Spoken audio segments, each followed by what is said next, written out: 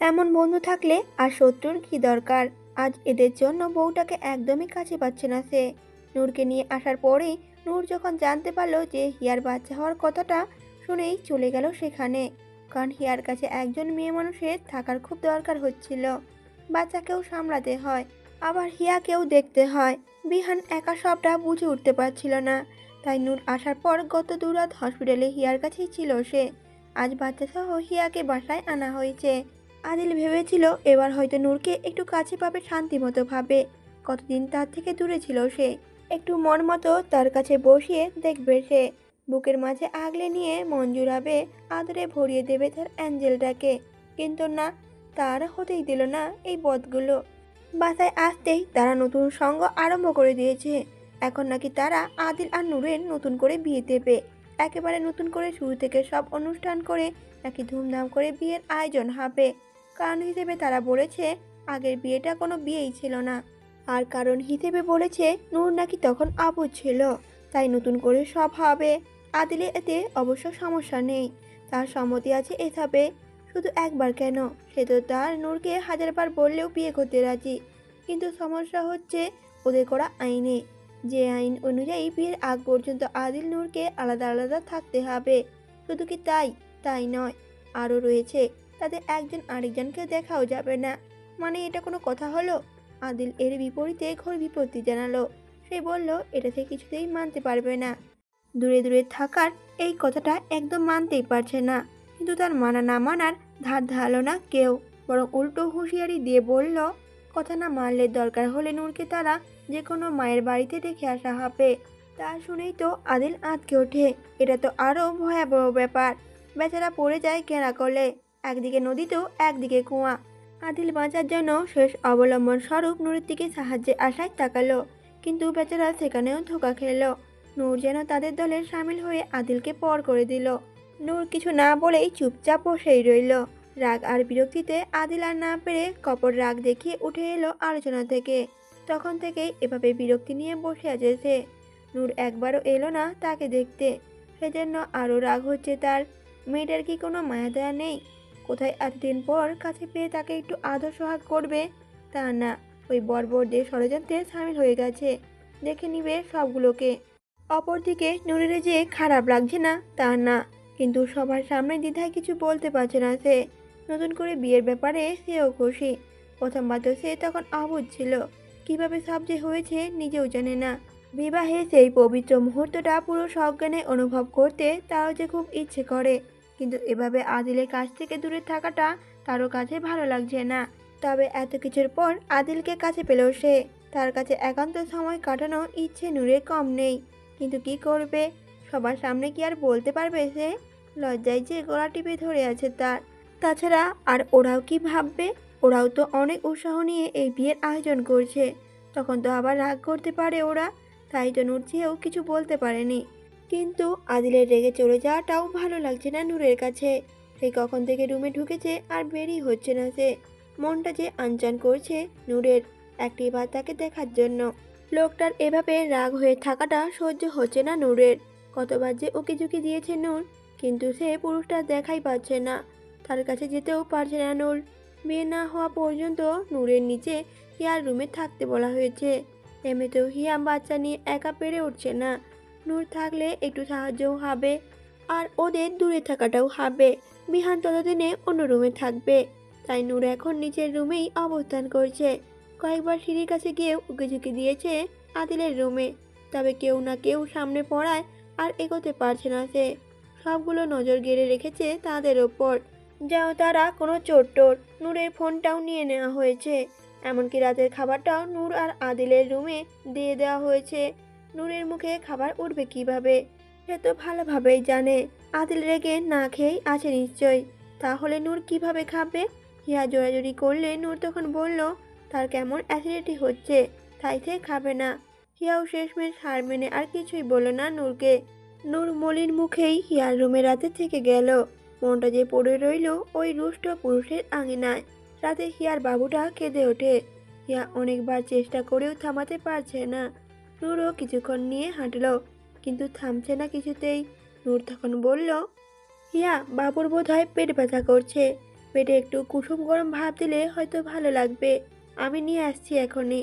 হিয়া বাচ্চাকে কোলে দোলাতে দোলাতে বলে উঠল, আচ্ছা ভাবি, ঠিক আছে, আনুন। নূর রান্নাঘরে গিয়ে জলদি করে একটু কুসুম গরম পানি আনলো।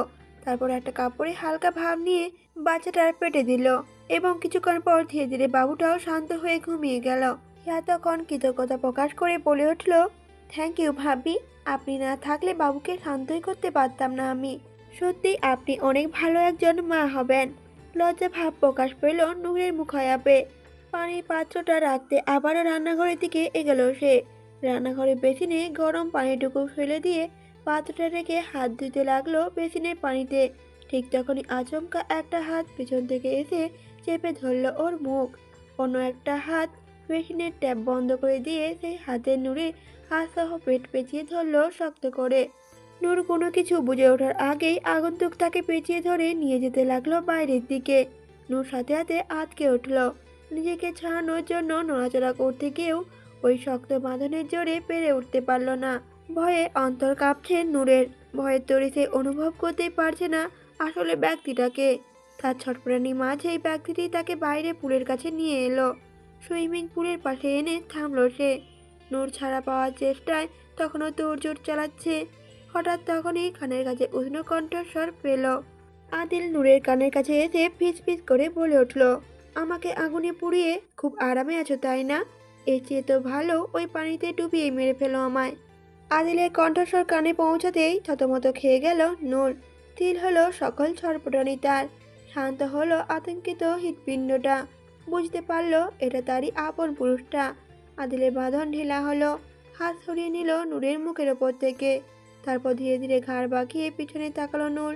কাঁধের পাশেই রুষ্ট মানবের তপ্ত নিঃশ্বাসে নজর গাঁথল তার। নূর চোখ পিটপিট করে তাকিয়ে কণ্ঠটা খাতে নামিয়ে হালকা বিস্ময় ভরা সুরে বলল, তুমি তুমি এখানে কি করছো? এভাবে কেউ আনে আমায়? জানো আমি কত ভয় পেয়ে গিয়েছিলাম। আদিল তখন চোয়াল শক্ত করে নূরকে বলল, তো কি করতাম? তুমি তো আরামে গিয়ে শুয়ে পড়েছ। আমার চিন্তা কই তোমার? এভাবে না আনলে তো আমার জনাবা আর আসতোই না। তোমার কি আর এত টান আছে? বলে নূরকে ছেড়ে উল্টো দিকে চলে যেতে নিল আদিল। তবে তার আগেই নূর এক হাত ধরে ফেলল আদিলের। আটকাতে চাইল তাকে। কিন্তু রুষ্ট আদিল সেদিকে না তাকিয়ে উল্টো দিকে ফিরে থেকেই নিজের হাত ছাড়তে চাইল নূরের হাত থেকে। ছাড়ল না নূর। সে দুই হাতে শক্ত করে ধরল আদিলের হাতটাকে। করুণ সুরে বলল তারপর, রেগে আছো? জানি তুমি রেগে আছো। আদিল ফিরে তাকিয়ে তাতে দাঁত চেপে তখন বলল নূরকে, না তো, আমি তো খুশিতে নাচছি। আমার বউ ওদের ষড়যন্ত্রে সামিল হয়ে গেছে। তাতে খুশিতে বুক ফুলে গেছে আমার। নেহা তখন কাঁদো কাঁদো স্বরেই পড়ল, এভাবে কেন বলছো তুমি? আমার কি দোষ? আদিল তখন বলল, হ্যাঁ, কি দোষ তোমার? সবার সামনে তো তুমি একটাও কথা বললে না। আর এতে দোষ করলে কোথায়? আসলে তোমার কোনো কিছুই যায় আসে না, তাই তো কিছু বললে না তুমি। একবার আমার কাছে আসার চেষ্টাও করলে না তুমি। আমিই পাগল যে মরে যাচ্ছি তোমাকে দেখার জন্য। তোমার তো কোনো আগ্রহই নেই। ঠিক আছে, যাও তাহলে। রাগ দেখিয়ে চলে যাওয়ার জন্য হাত ছাড়াতে চাইল আদিল। নূর তখন কাঁদো কাঁদো গলায় করুণ সুরে বলল, প্লিজ এভাবে বলো না। আমিও তোমাকে দেখার জন্য কখন থেকে যে উতলা হয়ে আছি। অনেক চেষ্টা করেও পারিনি যেতে। আমি কি করতাম বলো? সবার সামনে কিভাবে বলি আমি? ওরা কি ভাববে কতটা নির্লজ্জ আমি? আর তাছাড়া ওরা কতটা উৎসাহ নিয়ে আমাদের জন্য এত কিছু আয়োজন করেছে। আর এখন আমরা মানা করলে ওদের মন ভেঙে যাবে না? শুধু কয়েকটা দিনেরই তো ব্যাপার। আর তাছাড়া এটাকে আমাদের জীবনে নতুন একটা অনুভব মনে করো। বিয়ের আগের যে সময়টায় অনুভূতি হয় সেটাই হবে। প্লিজ রাগ করো না। আদিল এবার একটু নরম হলো। সে এগিয়ে এসে দুই হাতে নূরের মুখটা ধরে কপালে কপাল ঠেকিয়ে আবেগী স্বরে বলল, এত কিছু আমি জানি না। আমার শুধু তোমাকে চাই। তাই জানি, খুব করে চাই, সর্বক্ষণ চাই। এতদিন পর তোমাকে কাছে পেয়েছি আমি। নিজের সাথে মিশিয়ে নিতে চাই তোমাকে। তৃষ্ণার্ত হৃদয় জুড়াতে চাই তোমার সান্নিধ্যে। চোখের সীমানা জুড়ে তোমার বিবরণ চাই। নিঃশ্বাসে মাখিয়ে নিতে চাই তোমার সুভার। চোখের পলক সমান দূরত্ব সহ্য হচ্ছে না আমার। আদিলের বিমোহিত কথায় দবিভূত নূরের ভেতর বাহির। সেও বিপরীতে দুই হাত রাখলো আদিলের গালে। মায়াময় সুরে বলল, আমি তো তোমারই, সবটাই তোমার। শুধু কয়েকটা দিনের তো দূরত্ব। তারপর থেকে শুধু তোমারই সামনে থাকবো আমি। আদিল তখন বলে উঠল, আচ্ছা ঠিক আছে, তবে আজকের রাত তুমি আমার কাছেই থাকবে। আজ কিছুতেই আমি তোমাকে দূরে যেতে দেব না। তখন নূর চিন্তিত হয়ে বলল, কিন্তু কথা শেষ করার আগে নূরের ঠোঁটের ওপর আদিল তর্জনী আঙুল ঠেকিয়ে বলল, চুপ, এরপর আর কোনো কথাই হবে না। যা বললাম তাই হবে। এখন আগে বলো, খেয়েছো তুমি? খবরদার মিথ্যে বলবে না।